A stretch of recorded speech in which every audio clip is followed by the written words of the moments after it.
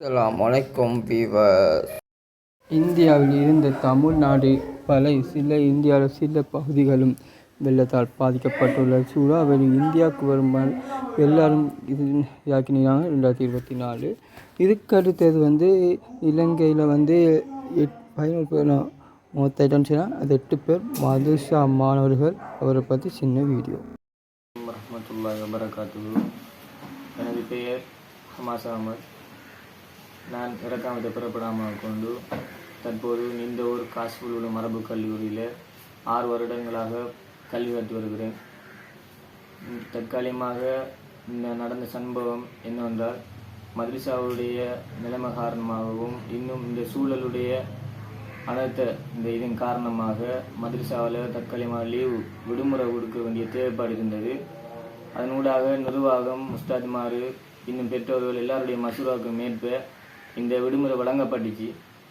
வழங்கி மദ്രஸாவால நிர்வாகத்தாலேயே ஒரு தனியார் பஸ் ஒன்று புக் பண்ணி அந்த பஸ்ஸில் ஒவ்வொரு பிள்ளைகளையும் கொண்டு சென்று வீடு விடுவதாக முடிவு செய்யப்பட்டிருந்தது. தனியார் பஸ்ஸுடைய கண்டக்டர் இன்னும் டிரைவர்கள் கூறிய பதில் என்னவென்று சொன்னால், அவர்கள் காரறிவு ஜங்ஷன் ஆடிய கொண்டு அங்கால ஆமிக்காரர்கள் அவர்கள் அங்கால பஸ்ஸை போக விட மாட்டார்கள், அதிலிருந்து டெக்டர் மூலமாக அங்கால பிள்ளைகளை கொண்டு செல்ல முடியும் என்று சொல்லி அவங்க கருத்து தெரிவித்தார்கள். அந்த கருத்துக்கு ஏற்ப நிர்வாகம், உஸ்தாத்மார் மற்றும் எங்களுக்கு கூட அதிபர் வந்திருந்தார். அவங்க எல்லாரும் மசூரா உடனே செய்து அவருக்கு போக தயாராக இருந்த டெக்டர் மூலமாக எங்களுடைய பிள்ளைகளை ஏற்றி அனுப்பினோம். முதல் ட்ரிப்பில் 6 பிள்ளைகளை ஏற்றி அனுப்பிட்டு 2வது ட்ரிப்பில் ஒரு 10 பிள்ளைகள், அதாவது நிறைய கருத்துகள் வெளியிருந்துச்சு. 13, 14 இப்படியெல்லாம் நிறைய கருத்து வந்துச்சு. ஆனால் குறிப்பாக எனக்கு தெரிய வந்தது மட்டும் இல்லை, 10 பிள்ளைகளாம் தண்ணியில் அடிக்கப்பட்டு சென்றார்கள். போன மிஷின் கவிழ்ந்து தண்ணியில் அப்படியோ 10 பிள்ளைகளாம் தண்ணியில் விழுந்தார்கள். விழுந்ததை நாங்கள் அடுத்தறி போகிறதுக்காக இருந்த இந்த சம்பவம் எங்களோட கண்ணில் அப்படி கண்டதன் காரணமாக இந்த மனம் தாங்கலை. எனக்கு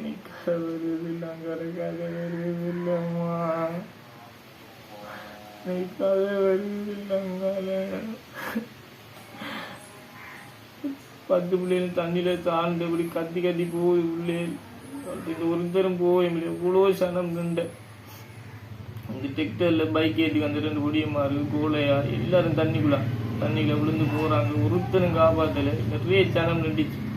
எங்களோட அதிபர் ஓடி போய் அவரது நின்ற அந்த ஆமி போலீஸ் மாட்ட போய் கையெடுத்து, அவர் சிங்களம் தெரியா, அவர் கையால கும்பிட்டு போய் காப்பாற்றி எங்களோட பிள்ளைகள் அப்படி செல்றாங்க. எல்லாரும் சும்மா இருந்தாங்க.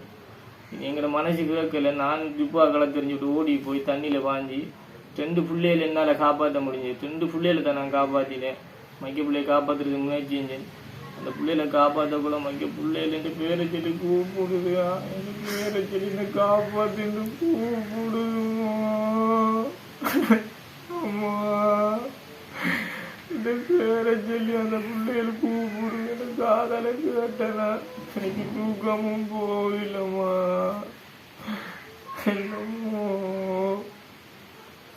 அப்ப தண்ணியிலேருந்து போயிட்டு தண்ணி கடும் போக மகளுக்கு தண்ணியில போயில யாரும் போக மாட்டாங்க நம்பி அந்த தண்ணியில. எனக்கும் என்ன தைரியம் அல்ல தந்தாண்டு தெரியா. அந்த தண்ணியில எனக்கும் அப்படி ஒரு தைரியம் பாஞ்சி போனேன். கடும் கஷ்டப்பட்டேன் அந்த தண்ணியில போகக்குள்ள. கடும் உள்ளுவையும் அடியும் அந்த கம்பியில எந்த கம்பியில கடுமையா ட்ரை பண்ணி நானும் என்ன காப்பாற்றணுங்கிற நோக்கம் பல இடத்துல முயற்சி செஞ்சு நானும் நீச்சல் அடிச்சு பார்த்தேன். அந்த நீச்சல் அடிச்சு நீச்சல் பெரிய அந்த தண்ணியில அப்படி போயிடுச்சு.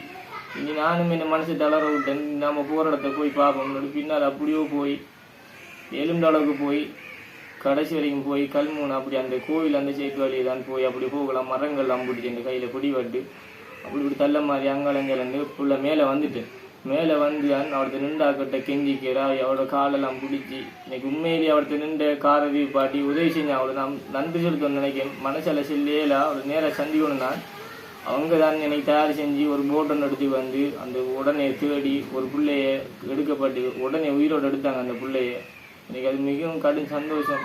எல்லாரும் முக்கியமாக அந்த போன பிள்ளைகள் அவ்வளோ பேர் இருந்து வாசியங்க எங்களோட ஒண்டா கிடந்து எங்களோட உயிரோட கிடந்தவங்க நாங்கள் எல்லாரும் நாங்கள் உண்டா சிரிச்சு உண்டா வந்த பஸ்ஸில் இருந்தோம்மா எல்லாரும் இந்த வாசியங்க கட்டாயம் எல்லாரும்.